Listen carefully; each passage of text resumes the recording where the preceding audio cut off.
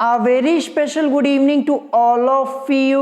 स्वागत है आपका हमारे चैनल स्टडी विद अभिमान में। आज मैं आप लोगों के लिए पॉलिटेक्निक एंट्रेंस एग्जाम 2021 के लिए साइंस में केमिस्ट्री के एक मोस्ट इंपॉर्टेंट चैप्टर ईंधन, जिसको हम इंग्लिश में बोलते हैं फ्यूल, इस चैप्टर का पार्ट 3 लेकर आया हूं। तो इससे पहले मैंने इस चैप्टर के 2 पार्ट्स ऑलरेडी अपलोड कर दिए हैं, जहां पे मैंने आपको इस चैप्टर के most important theory parts cover up कराए हुए हैं, और जो इस चैप्टर के थ्योरी पार्ट के बीच में से आप लोगों के क्वेश्चंस बनते हैं वो भी मैंने आपको ऑलरेडी करवा दिए हैं। तो अगर अभी तक आप लोगों ने इन वीडियोस को नहीं देखा है तो इन वीडियोस की लिंक मैंने आप लोगों को डिस्क्रिप्शन बॉक्स में दे दी है, आप वहां से जाकर इन वीडियोस को देख सकते हैं। तो चलिए फिर आज की इस वीडियो को स्टार्ट करते हैं। तो आज की इस वीडियो में मैं आपको इस चैप्टर के मोस्ट इंपॉर्टेंट क्वेश्चंस यहां पे सॉल्व करवाने वाला हूं। तो चलिए देखते हैं इस चैप्टर का फर्स्ट क्वेश्चन क्या दिया है। तो इस चैप्टर का फर्स्ट क्वेश्चन आप लोगों को अपनी स्क्रीन के ऊपर दिख रहा होगा। तो यहां पे आपसे क्वेश्चन पूछा गया है कि निम्न में से किसका कैलोरी मान सर्वाधिक है। 4 ऑप्शंस आप लोगों की स्क्रीन के ऊपर आप लोगों को दिख रहे होंगे, और ये क्वेश्चन आप लोगों के एंट्रेंस एग्जाम में ऑलरेडी एक बार पूछा जा चुका है, पॉलिटेक्निक एंट्रेंस एग्जाम 2009 में, जैसा कि आप लोग देख पा रहे होंगे।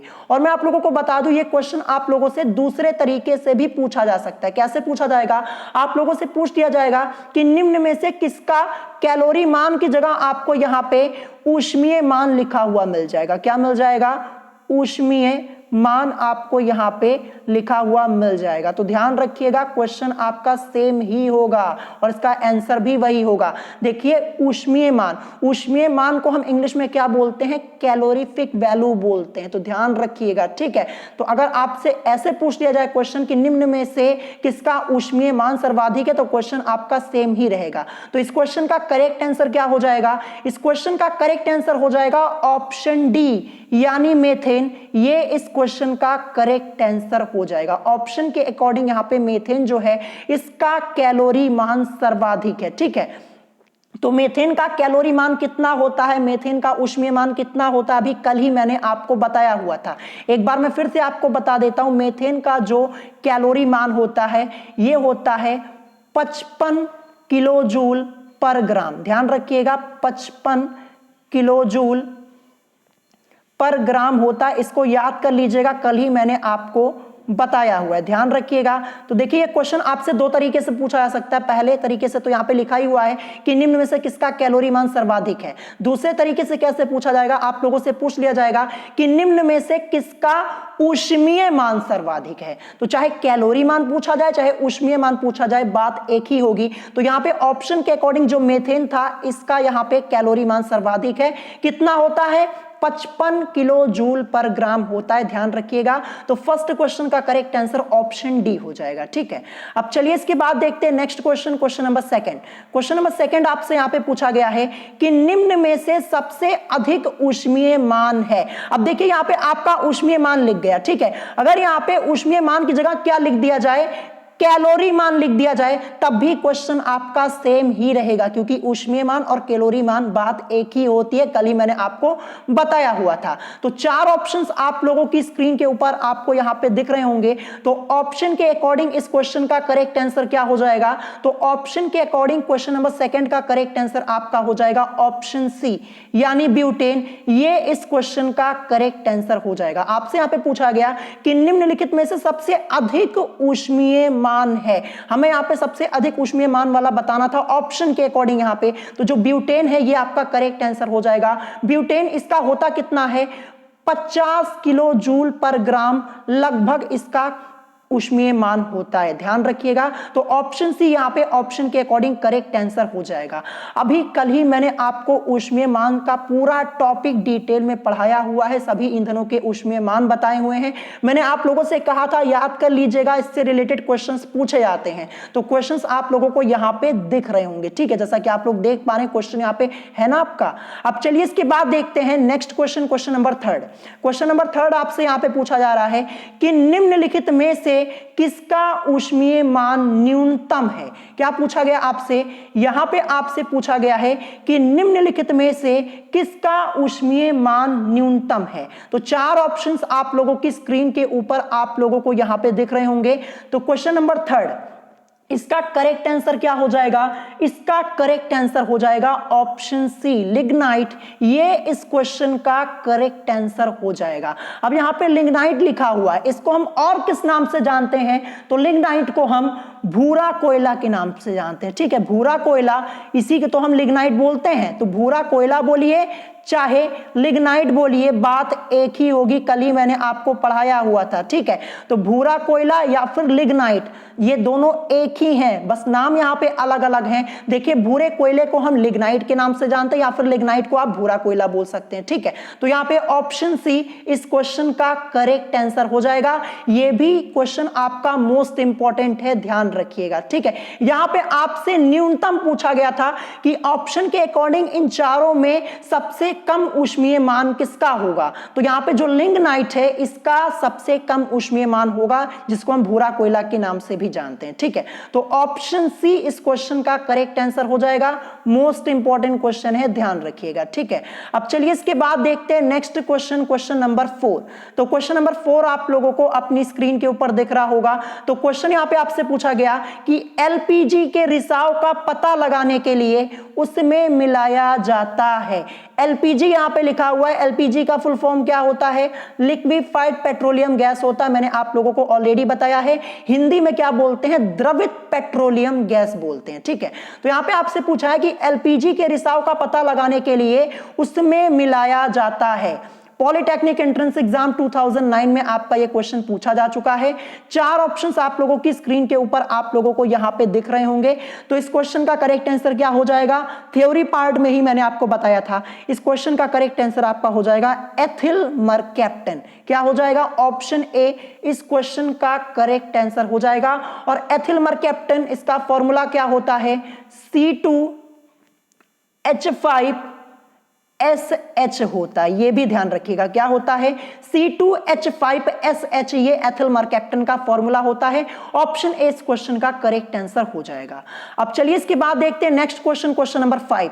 क्वेश्चन नंबर 5 ये भी आपका मोस्ट इंपॉर्टेंट क्वेश्चन है, ध्यान रखिएगा। क्वेश्चन यहां पे है कि हाइड्रोजन गैस का कैलोरी मान बहुत ऊंचा होता है, लेकिन फिर भी इसे ईंधन के रूप में प्रयोग नहीं करते, क्योंकि आपको यहां पे रीजन बताना है। क्वेश्चन क्या है कि हाइड्रोजन गैस का कैलोरी मान बहुत ऊंचा होता है, लेकिन फिर भी इसे ईंधन के रूप में प्रयोग नहीं करते। इसका आपको यहां पे रीजन बताना है। ठीक है, चार ऑप्शंस आप लोगों के स्क्रीन के ऊपर आप लोगों को यहां पे दिख रहे होंगे। ये क्वेश्चन ऑलरेडी आपके एंट्रेंस एग्जाम में एक बार पूछा जा चुका है, पॉलिटेक्निक एंट्रेंस एग्जाम 2009 में। तो क्वेश्चन रिपीट हो सकता है। तो इस क्वेश्चन का करेक्ट आंसर क्या हो जाएगा? करेक्ट आंसर ऑप्शन ए हो जाएगा, क्योंकि यह विस्फोटक है। ध्यान रखिएगा, क्या है? विस्फोटक है। मैं आपको बता दूं, हाइड्रोजन जो है इसका कैलोरी मान कितना होता है? अभी कल ही मैंने आपको बताया था, हाइड्रोजन गैस का कैलोरी मान होता है 150 किलो जूल पर ग्राम आपका होता है। 150 किलो जूल पर ग्राम होता है हाइड्रोजन गैस का कैलोरी मान। कैलोरी मान बोलिए चाहे ऊष्मीय मान बोलिए, बात एक ही होगी। यहां पे अगर कैलोरी मान की जगह ऊष्मीय मान लिख दिया जाए तब भी आपका आंसर यही होगा, क्योंकि यह एक विस्फोटक है। ऑप्शन ए इस क्वेश्चन का करेक्ट आंसर हो जाएगा। और यहां पे मैंने आपको यह भी बता दिया कि हाइड्रोजन गैस का कैलोरी मान कितना होता है? 150 किलो जूल पर ग्राम होता है। यह भी याद कर लीजिएगा। ठीक है, अब चलिए इसके बाद देखते हैं next question, question number 6।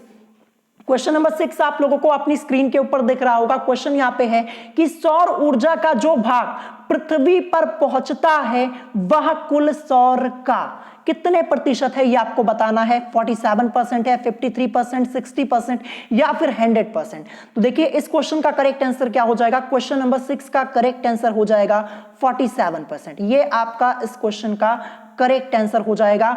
UP polytechnic entrance exam 2007 में आपका क्वेश्चन पूछा गया है, इंपॉर्टेंट क्वेश्चन है, रिपीट हो सकता है। मैं आपको बता दूं, जैसे मान लीजिए कोई क्वेश्चन आपका बहुत पहले पूछा गया, जैसे यही वाला क्वेश्चन आपका दिख रहा होगा आप लोगों को, 2007 के एंट्रेंस एग्जाम में पूछा गया है, तो ये क्वेश्चन आपका रिपीट हो सकता है, 2021 में आपका ये पूछा जा सकता है, ध्यान रखिएगा। तो मोस्ट इंपॉर्टेंट क्वेश्चन ये आपका है। अब चलिए इसके बाद देखते हैं next question, question number 7। Question number 7 आप लोगों को अपनी स्क्रीन के ऊपर यहां पे दिख रहा होगा। यहां पे क्वेश्चन है कि कोयले का वह प्रकार जिसमें कार्बन की प्रतिशतता उच्चतम होती है ये आपको यहां पे बताना। 4 ऑप्शंस आपको दिख रहे होंगे। पॉलिटेक्निक एंट्रेंस एग्जाम 2006 में ये क्वेश्चन आपका ऑलरेडी पूछा जा चुका है, ठीक है। और यहां पे अथवा करके भी एक क्वेश्चन आपका यहां पे है, ये देखिए क्या लिखा हुआ है यहां पे, अथवा करके यहां पे है कि कार्बन का सर्वाधिक प्रतिशत उपस्थित है। और 4 ऑप्शंस आप लोगों की स्क्रीन के ऊपर आप लोगों को यहां पे दिख रहे होंगे। और ये क्वेश्चन आप लोगों का पूछा गया इसी बार के एंट्रेंस एग्जाम में जो हुआ था आपका 2020 वाला, यूपी पॉलिटेक्निक एंट्रेंस एग्जाम 2020 में पूछा गया है कि कार्बन का सर्वाधिक प्रतिशत उपस्थित है। 4 ऑप्शन आपको दिए गए हैं, पीट कोल, एंथ्रासाइट कोल, लिग्नाइट कोल और बिटुमिनस कोल। देखिए यहां पे कोल लिख दिया गया है, कोयले को क्या लिख दिया है, कोल लिख दिया है। यहाँ पे ध्यान रखिएगा इंग्लिश में लिख दिया गया है, बस ये आपको ध्यान रखना है। जो कोयला होता है, ठीक है, कोयला है, इसको हम इंग्लिश में क्या बोलते हैं, इसको हम इंग्लिश में कोल बोलते हैं। ध्यान रखिएगा क्या बोलते हैं, COAL, कोल बोलते। तो ये कोल को यहां पे हिंदी में ऐसे कोल लिख दिया गया ऑप्शन में, आपको कंफ्यूज करने के लिए।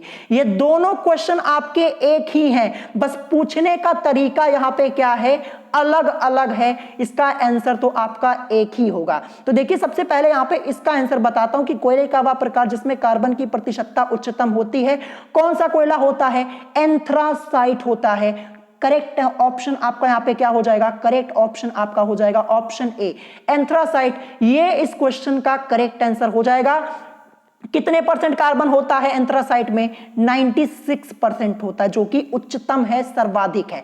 अब देखिए यही क्वेश्चन 2006 में आपका पूछा गया था और रिपीट कब हुआ, 2020 के एंट्रेंस एग्जाम में। कितने दिन के बाद ये क्वेश्चन आपसे पूछा गया और वो भी दूसरे तरीके से पूछा गया। यहां पे आपसे पूछ लिया गया कि कार्बन का सर्वाधिक प्रतिशत उपस्थित है और 4 ऑप्शन आपको दे दिए गए। तो पीट कोल, एंथ्रासाइट कोल, लिग्नाइट कोल, बिटुमिनस कोल, करेक्ट आंसर आपका ऑप्शन बी यानी एंथ्रासाइट कोल। देखिए जो कोल यहां पे लिखा गया है ना, ये कोयला है, इसका मतलब क्या होता है, कोयला। क्योंकि हम कोयले को इंग्लिश में क्या बोलते हैं, COAL, कोल बोलते हैं। तो इसलिए कोल को यहां पे हिंदी में लिख दिया गया, बस आपको कंफ्यूज करने के लिए यहां पे ये वर्ड कोल का यूज किया गया, ध्यान रखिएगा। तो ऐसे आप लोगों से क्वेश्चंस पूछ लिए जाते हैं। देखिए क्वेश्चंस आपके वही रहते, बस तरीका बदल जाता है पूछने का, ध्यान रखिएगा। तो ये क्वेश्चन आपका इंपॉर्टेंट है, अभी भी ध्यान रखिएगा, क्योंकि दोबारा भी आपसे पूछा जा सकता है। कभी कभी क्या होता है ना कि क्वेश्चंस आप लोगों के लगातार रिपीट हो जाते हैं। जैसे 2020 में कोई क्वेश्चन पूछा गया तो वही आपसे 2021 में भी पूछ लिया जाता है। तो क्वेश्चन इंपॉर्टेंट है, ध्यान रखिएगा। 2 तरीके से ये क्वेश्चन आपका पूछा जा चुका है आपके एंट्रेंस एग्जाम में, मैंने आपको यहां पे बता दिया। अब चलिए इसके बाद देखते हैं नेक्स्ट क्वेश्चन हमारा यहां पे क्वेश्चन नंबर 8 क्या दिया है। तो क्वेश्चन नंबर 8 आप लोगों को अपनी स्क्रीन के ऊपर यहां पे दिख रहा होगा। यहां पे आपसे क्वेश्चन पूछा गया है कि प्राकृतिक गैस में मुख्य रूप से होती है, यानी नेचुरल गैस में मुख्य रूप से क्या होती है आपको बताना है, मीथेन, एन-ब्यूटेन, एन-ऑक्टेन या फिर ऑक्टेन का मिश्रण। यह क्वेश्चन आप लोगों के एंट्रेंस एग्जाम में ऑलरेडी पूछा जा चुका है, पॉलिटेक्निक एंट्रेंस एग्जाम 2011 में। मैं आपको बता दूं इस चैप्टर से आप लोगों के एंट्रेंस एग्जाम में क्वेश्चंस पूछे जाते हैं, आप लोग देख भी पा रहे होंगे यहाँ पे। तो इस क्वेश्चन का आंसर तो मैक्सिमम स्टूडेंट अपने आप ही कर लेंगे, क्योंकि थ्योरी पार्ट में मैंने आपको ऑलरेडी ये बताया हुआ था। तो क्वेश्चन नंबर 8 इसका करेक्ट आंसर क्या हो जाएगा, मेथेन हो जाएगा। Correct answer option A, methane. इसका फॉर्मूला CH4 होता है। मेथेन को हम मार्श गैस के नाम से जानते हैं, ठीक है, ध्यान रखिएगा।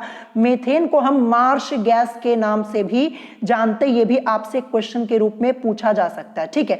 तो देखिए प्राकृतिक गैस में मुख्य रूप से क्या होती है, मेथेन होती है। लगभग यहाँ पे 80 से 90%, ठीक है, 80% से 90% क्या होती है, मेथेन होती। कहीं कहीं आपको 83% भी लिखा हुआ मिल सकता है, ये भी ध्यान रखिएगा।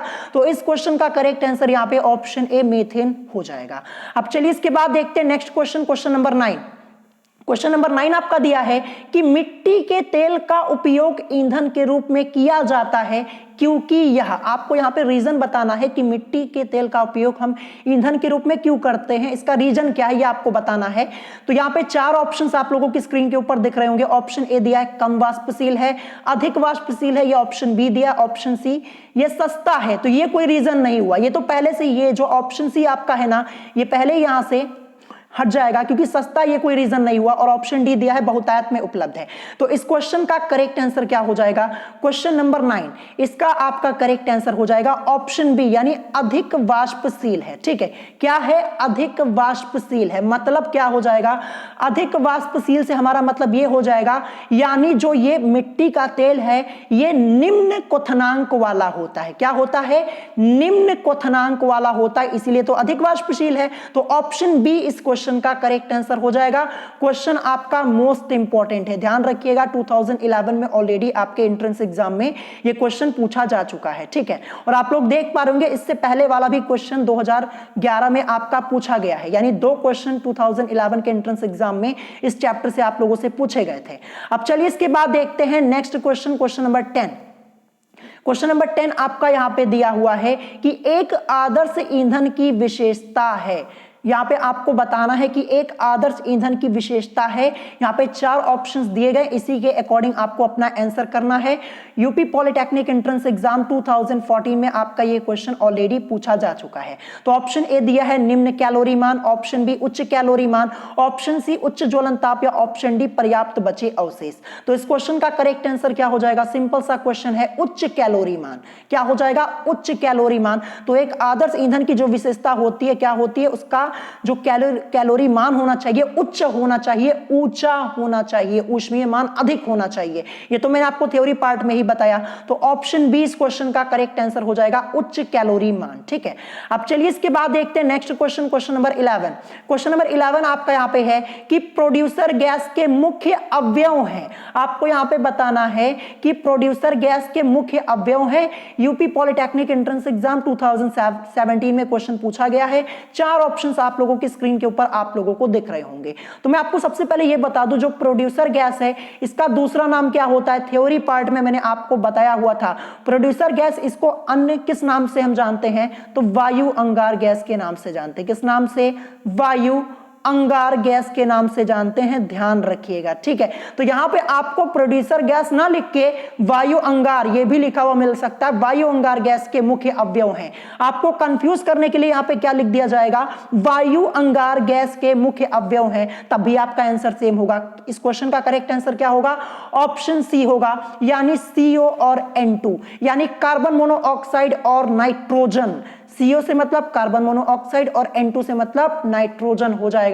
ऑप्शन सी इस क्वेश्चन का करेक्ट आंसर हो जाएगा। मोस्ट इंपॉर्टेंट क्वेश्चन है, ध्यान रखिएगा, आपके एंट्रेंस एग्जाम में दोबारा से पूछा जा सकता है। अब चलिए नेक्स्ट क्वेश्चन देखते हैं, क्वेश्चन नंबर 12।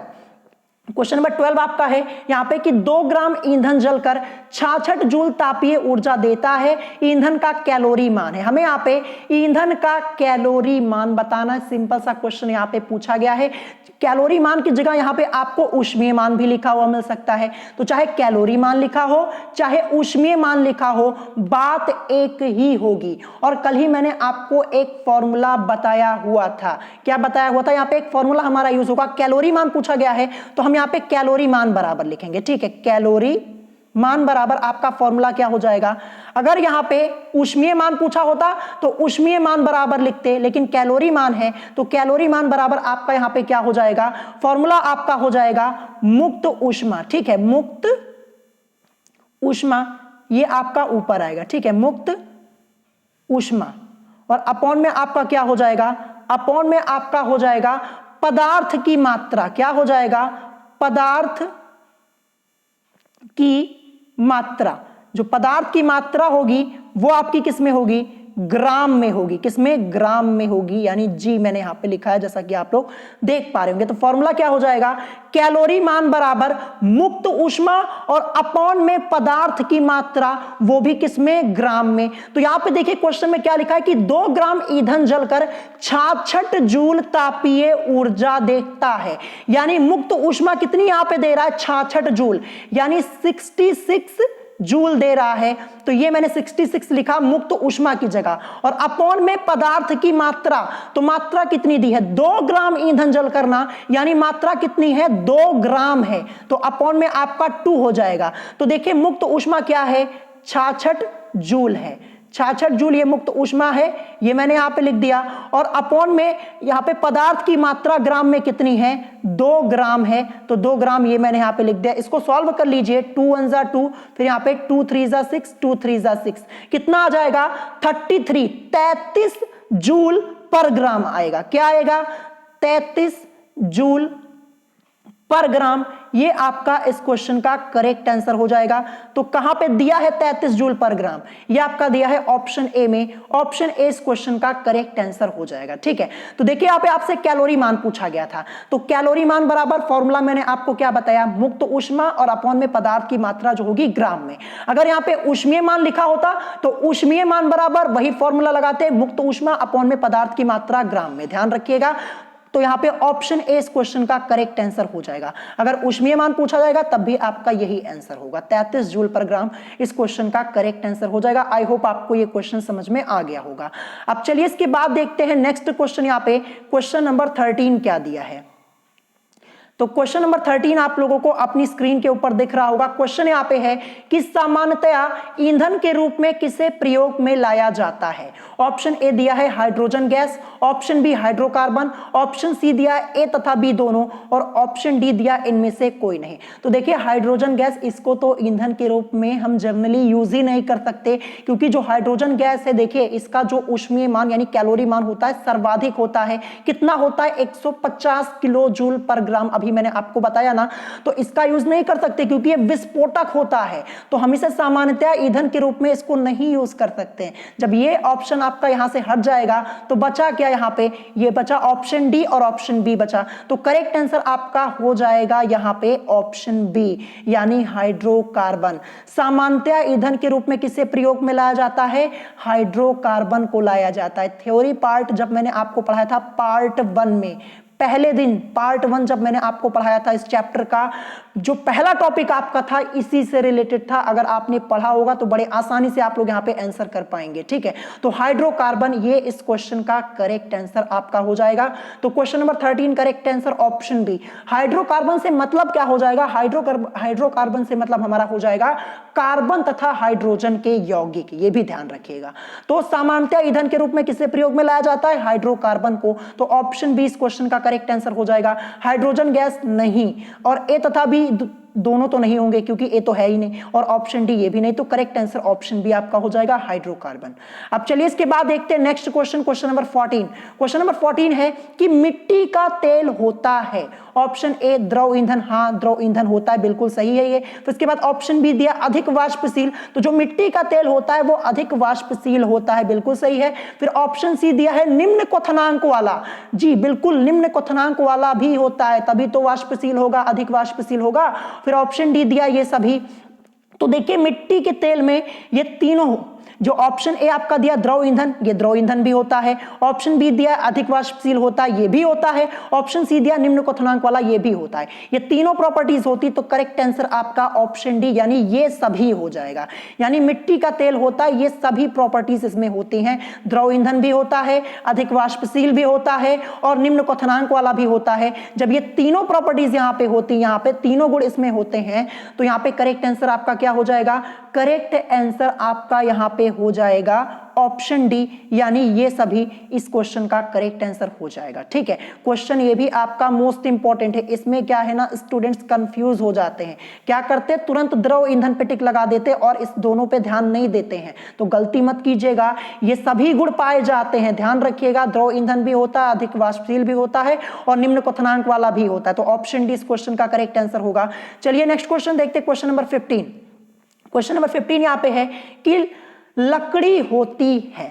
हाइड्रोकार्बन, हाइड्रोकार्बन का मिश्रण, या फिर कार्बोहाइड्रेट का मिश्रण, या फिर अकार्बनिक तत्वों का मिश्रण।